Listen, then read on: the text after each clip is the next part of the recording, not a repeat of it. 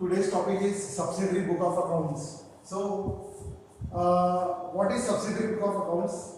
We will understand first. So, subsidiary book of account is a base for writing all the transactions. So, what kind of transactions we are going to look for now in accounting? So, we have different types of entries, and there are many lot of entries. So, before many years, people used to write all the transactions into one journal. So it was very difficult to take all the transactions into one journal, and it was also very difficult to find out the categories. Means if on the same journal 2 or 3 clerks they wanted to work, it was impossible. So at a time 2 or 3 clerks cannot work on the same journal. So that's why the subsidiary book of accounts, we are going to see what happens in subsidiary book of accounts. Here in subsidiary book of accounts there are 8 subsidiary book of accounts. 8 subsidiary book of accounts are there to write the account in the most proper manner, appropriate manner. So what are those 8 subsidiary book of accounts? It will become a very easy to write the accounting statements. So there is a purchase book. The first subsidiary book is a purchase book. All the purchases in the business will be written in the purchase book. So what purchase book will have? The purchase book will have 2 columns only. Here with date. So first column will be of date. Here it is date. Then in particulars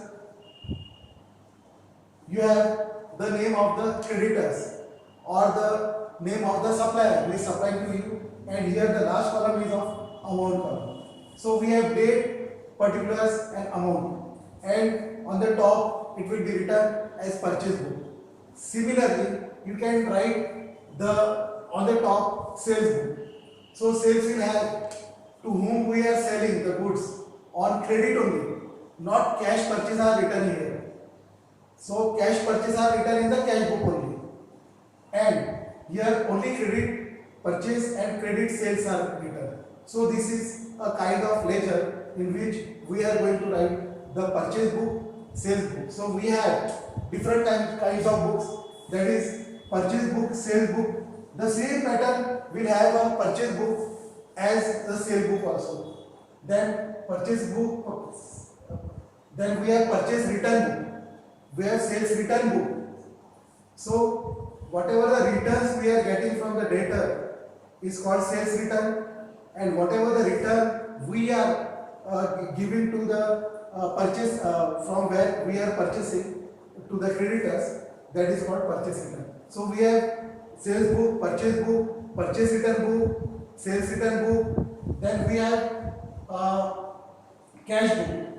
So what is this cash book? So cash book we are going to understand after understanding these 3 points again. So bill receivable is there, then bills payable is there. Bill receivable means whatever the payments we have received in advance, means PDC, that is called post dated checks. So we are going to receive the payments in the form of instrument, that is called bills receivable. And whatever the payments we are giving in the instrument form, that is through checks, it is post dated check, that is called bills payable. How much checks we have issued and how much checks we have received, that is called bills receivable and bills payable. Now the last is proper journal. The entries which are not related with all these 7 categories, that is purchase book, sales book, purchase return book, sales return book, then cash book, bills receivable and bills payable. It will not come in this category. If the entry is not related with these categories, then the journal proper will be prepared. So what is a journal proper? Actually journal proper is that if we have purchased any assets in the company or we have done any transaction in the company, so that all the entries will be taken in proper journal. So I will let you know the examples when we are writing the journal entries. Now we are talking about the cash book. What is this cash book?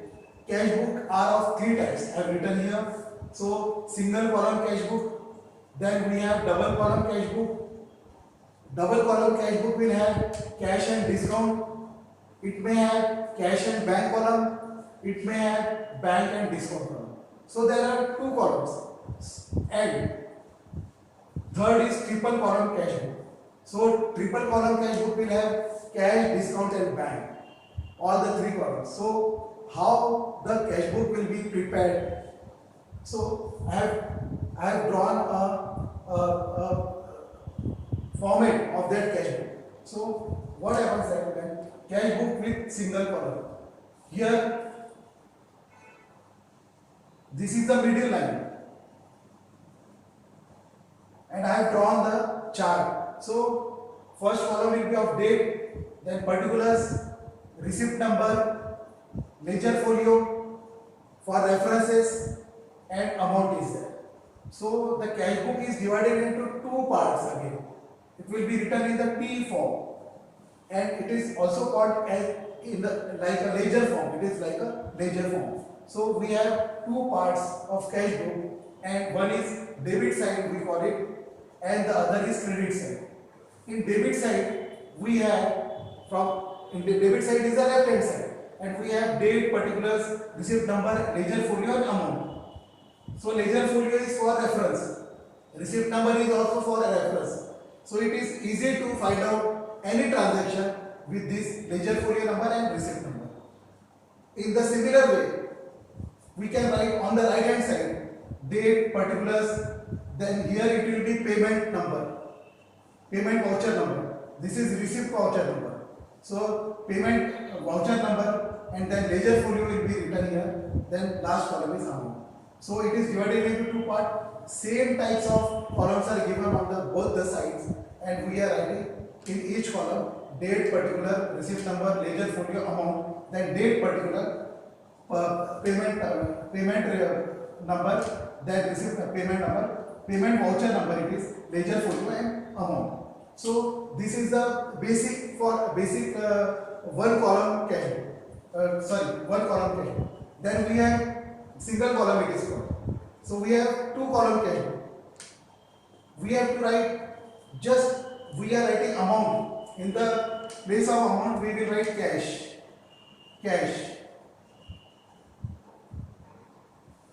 Just by the side of cash we will write discount. So we will have in cash amount I can divide into two columns, that is cash and discount and cash. Here also I will write discount and cash. It is called two column cash. Discount cash, we will have a discount column or discount column and cash column. Then we can have different combination. Cash discount, then cash and bank we can have on the debit side as well as on the credit side also. We can have bank and discount. So they are interchanged. They are actually interrelated. So whatever the combined cases we want, actually combined things we want, we can take it on left hand side and right hand side. Now the triple column cash book. Triple column cash book will have cash, discount and bank on the debit side and cash, discount, bank on the credit side. So we have discussed about the three types of cash book: single column, double column and triple column cash book. Now here multi-column cash book is there. So as per the requirements of that business, we can take more columns and we can have a very specific kind of cash book. So it will help us in finding out the different transactions accordingly the business is operated. Then we have petty cash book. Petty cash book is a very small cash book, or we can say the small expenses like breakfast expenses, tea expenses, carding expenses. So the cashier who have the amount, initial amount with him, and he have to give them to the investors or those who are expending that cash. So he is doing the cash payments to the people of the company. It is of very small amount. So he will have the columns. He will have a particular column first. Then he will have petrol expenses.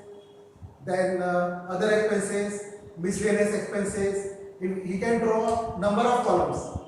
So in that columns he will write the expenses, different expenses, and with dates. So cash book remains with the cashier only, and he maintains the cash book for, it may be of 15 days, 1 month, or quarterly. Then whatever the cash he receives, it is called opening balance first, and whatever the expenses are made, it is deducted from that opening balance, and whenever he receives the cash, it is added, and we have a closing balance. Then the closing balance of that cash book becomes the opening balance of the next period. So this is the type of cash book. This is the format of journal entries. How the journal entries are written. So the first column includes date. Second column is of particular. Particulars means details. And the third column is debit amount, and the last fourth column is credit amount. So we have date, particular, debit amount, and credit amount. As I have told you in the previous video, the types of accounts and the rules regarding the accounts, right? So personal, real, and nominal, the same rule will be applied here. So in the previous video, I've told about the rules of accounts. So according to the rules of accounts, the journal entries are made. So first we have to identify which type of account it is, and then we have to apply the rules, and from that rules we can write the journal entries.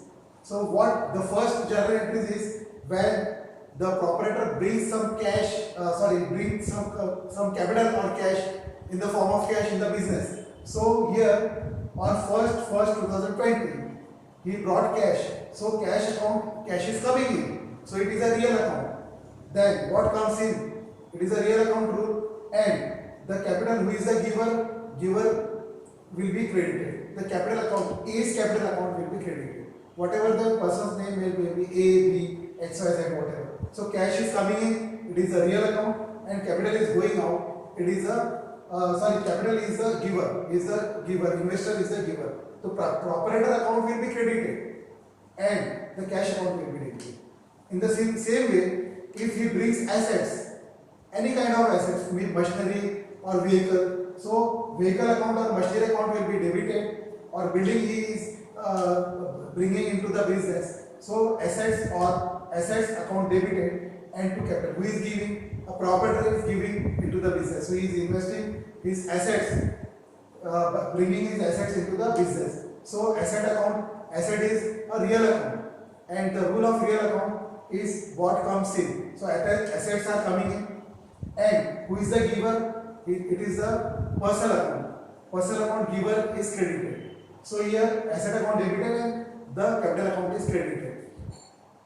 And then after these transactions, some transactions takes place, many transactions take place in the business, like goods. When we purchase the goods from the supplier, so goods are coming in. So goods account are debited, and the cash is going out. So goods are also real. Actually, it is a real asset. It is a tangible asset, and it comes under the real account. So goods are coming in. So what comes in? The rule of real account is what comes in and what goes out. So goods are coming in and the cash is going out. And here the important thing is that there are three things you have to remember in the journal entries. The first thing is the work entry will be debited and the other will be credited. Here, cash and capital. So one entry is debited, the other is credited. And the amount which is debited, the same amount will be credited. So there will be no difference in amount, debit and credit. We will have the same amount in debit and credit. Similarly, we have to add, means we have to support with the narration. So narration here, it is very important to understand clear and very transparent entries we are doing here.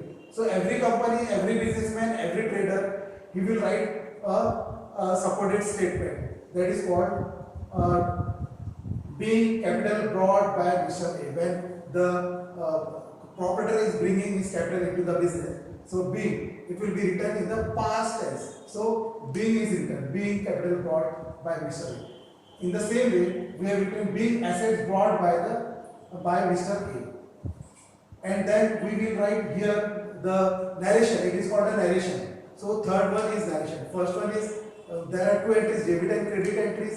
Then same amount will be written on debit side and credit side, and it will be supported by the narration. So narration here is very important, and it will be given in the bracket. If it, in the I am talking about the company. What happens in the company when the shares are purchased or shares are sold? The same kind of narrations are written here. How many shares are we have called in application amount? Then whatever the amount we have received in application account. So the narration will be written here. How many shares we are issuing and how much amount we are receiving in how many shares. So we have then other transaction in sales.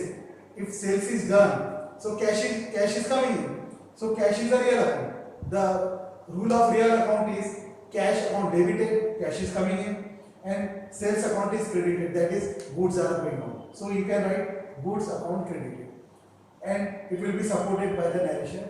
So narration is very important. Here I have told you the important facts regarding the journal entries. From these journal entries, we have to prepare the ledger accounts. From the balances of ledger, we have a trial balance. Then from the trial balance, we are preparing trading and profit and loss account and balance sheet. So this is the pattern what we are going to understand in the final accounts. So already I have told in my previous videos about the format of final account. Then how the trial balance is made. I have told you that journal entries are made first, identified entries in the journal entries. Then from the journal entries, ledgers are prepared, and from the balances of that ledger, we get the trial balance. And trial balance has the same number of what we have total on debit side and the credit side. So trial balance is in the question form to solve the final account.